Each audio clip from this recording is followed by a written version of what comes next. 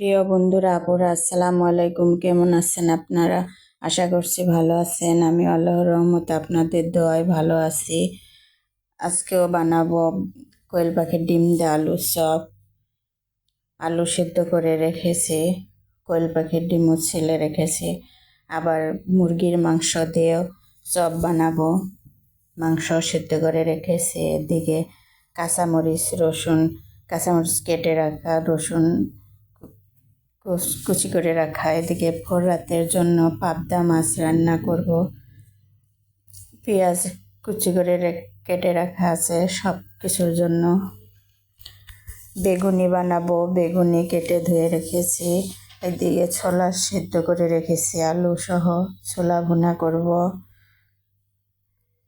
চিংড়ি মাছ রেখেছি, চিংড়ি মাছ দিয়ে লাউ দিয়ে রান্না করব। লাউ আলু কেটে রেখেছি। আজকের এসব ইফতারি এবং সেহরির রান্না সব তৈরি করে রেখেছি।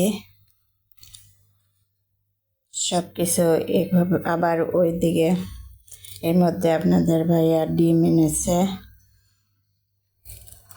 ডিমগুলো রেখেছি, তাও আপনাদের সাথে শেয়ার করতেছি।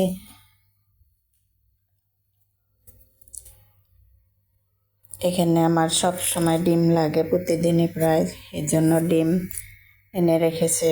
আল্লাহ হাফেজ, ভালো থাকেন সবাই।